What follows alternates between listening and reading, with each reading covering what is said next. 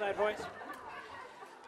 Well, I always love to kid my staff for always being at the end and at the back of all the good speakers. So I have the unenviable position of being in the second worst position in D.C. The first being between Joe Biden and a camera. The second being between you and booze and food and most likely chocolate. So I will wrap this up as fast as possible. I want to say thank you, not only for being here tonight, but many of you are citizen bloggers or citizen journalists, supporters, activists, friends, allies. Thank you. You guys take a lot of hits for us. You guys do a lot of great things in terms of sharing our content and being that megaphone of freedom across this city and across this country. I want to thank our partners in this event, not only for tonight, but the Future of Media Summit that's going on all day today and tomorrow, because at the heart of what this is, it's about training that next generation, giving them the tools, the technology, the connection, so that they become better truth tellers in their communities. Now, like my friend from Heritage, I didn't know Andrew. I'm not going to stand up here and say I had some lifelong friendship or anything like that, but yet I had a profound impact on the world that I live in. And there's a theme from all the speakers that have come up here tonight. Two of them, actually. One, have fun. That's one thing we as conservatives and free market people don't do, is we don't have enough fun. So, I will ask one thing from you tonight, that when I am done speaking, you enjoy the rest of the evening. Don't talk work. Don't talk anything. Show pictures of your family to people you've never met before. Okay, don't do that. But do something fun and meet new people, because tomorrow we'll be there at 9 a.m. and the bad news will be showing up in your email accounts. Political will roll in at about 6 or 7 in the morning and tell you everything sucks. I'm like Ronald Reagan. I think tomorrow's our best day. I love this country. I will never, ever, ever believe that our worst days are behind us. Because you know what? Maybe it's because I'm Midwestern. Maybe it's because I have a weird DNA. But I'm an American, and we have a special role not only in building this country, but spreading freedom across the land. So the second thing that people brought up was to walk into fire. Each of you do that every day, whether it's at your coffee group or at school, or seeing other friends, or talking or writing on your blog, because every time you say that I believe in freedom, there are going to be 10 people or 10 anonymous commenters on your website who are going to attack you. And yet you stand in the fire and write the story again and again and again. And I told this story at lunch today, so if you heard it, I'll bore you again with it. For the new ones, I'm sorry. But I used to work in politics. I ran a state party for 8 years. It was just fun fighting. And I never ever thought about what's the next thing I need to be worried about. So as many of you know, and I'll announce it to the world again, I'm blessed in September to become a father.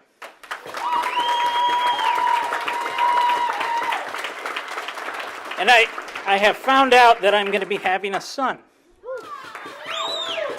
So my wife and I, we're naming him CJ, Charles Joseph, after our grandfathers. But he is the reason that I will take that extra trip, I will make that extra phone call, I will do that extra thing, and your kids and your grandkids are the reason that you spend that extra story, that you, instead of going home, you write something else, you make that next phone call, because you sacrifice so that they can have the country that our parents gave us. Because I am sorry, I will draw the line in the sand and say, no more. Freedom will not be eroded anymore in this country, and the best tool that we have is to tell the stories that nobody else will tell in our communities. Show up at the park boards, show up at the school boards, and say, you know what? I want to look at your pensions. I want to look at your budgets. Because when you show up, you actually make a difference. So I will do it for him. Hopefully you guys will do it for your family as well. Eric, I want to thank you, your entire team that put not only the 2 days together, but this event. I am truly blessed to have people who, we use a term, who outrun me. He laps me. So I'm very, very thankful to have you and your team for what you have done. And the one thing, and I can't thank my entire staff, so what I will do is, the question I get asked the most when I'm talking about Franklin is, you know, what's the special thing about Franklin and about what you do? And it's about the people. And I want to describe one person in our organization. God, why do I get emotional? Now, this person has been on staff since we started 5 years ago. Now, she works her tail off. 7 a.m. to 9 p.m. every night and never complains. She's the one person that makes sure every birthday is celebrated, every success is championed, even if it happens to somebody, to our reporter Malia in Hawaii. She'll make sure that we stick around until 9 o'clock at night when it's just ending business in Honolulu. She'll make sure that we stay there to be a success. Now, this is a person who about 3 months ago sent me a note to apologize that she could not show up to work because she had pneumonia and bronchitis at the exact same time. And she said, I can't get this done for you today. So, Megan Ritter.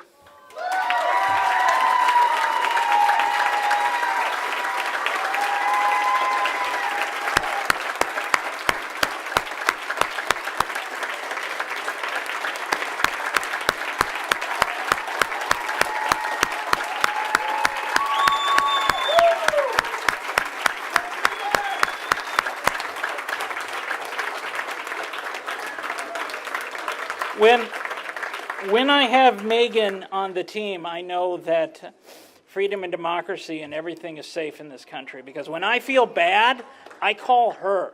She's the Energizer Bunny of happiness. And if you ever come to our office in Alexandria, please do. She is our hug machine. She will hug you. And there are days, and you think I'm not, I'm 40 years old, almost 41, when that hug is the best damn thing you've ever had in your life. And Megan, in a non-bad HR type of way, I and this organization love you because you represent what is best about what we do and why we exist. So, I have the honor of finishing the Future of Media Summit dinner and the distinct honor of inviting you to the next thing. Now, January 5th, and I have this letter, not January, June 5th, 2009, it sits framed in my home office. There is a letter that granted us our permission from the IRS to act as a nonprofit. Thankfully, Lois Lerner didn't learn about us yet. Or should I take that as a badge that we hadn't pissed her off yet? So, this starts a year celebration for us as an organization. And I like to say that the best is just yet to come, because our citizen team, our professional reporters, the citizens we inspire, the organizations we work with, we will write the next page of our country's history. And we will dig in, and we will fight, and we will tell the stories that nobody else will tell. Because we are in the state capitals, we are at the local level, and we will do the stories that nobody else will do. And I will close with a quote like my friend Mr. Fleischman. It's not an Andrew quote. I apologize on that one. But it's a quote that I love from Abraham Lincoln. To sin by silence when they should protest makes cowards of men. I want you, I want my team, I want everybody and everyone you touch to become the voice for the voiceless. To shake the walls of this city down with your protests of when they act wrong. But it is not just enough to point out their bad things when government acts wrong. You must defend and talk about and share the stories of when things go right. So, I have housekeeping. Through the doors, you will find mounds of chocolate and baked goods and all. I'm told. If that's wrong, if that is wrong, I will find Katie Ingdahl. So there was not bacon, and I apologize for that one. But in addition to that, Mr. Gutfeld will be signing books you each have a copy of.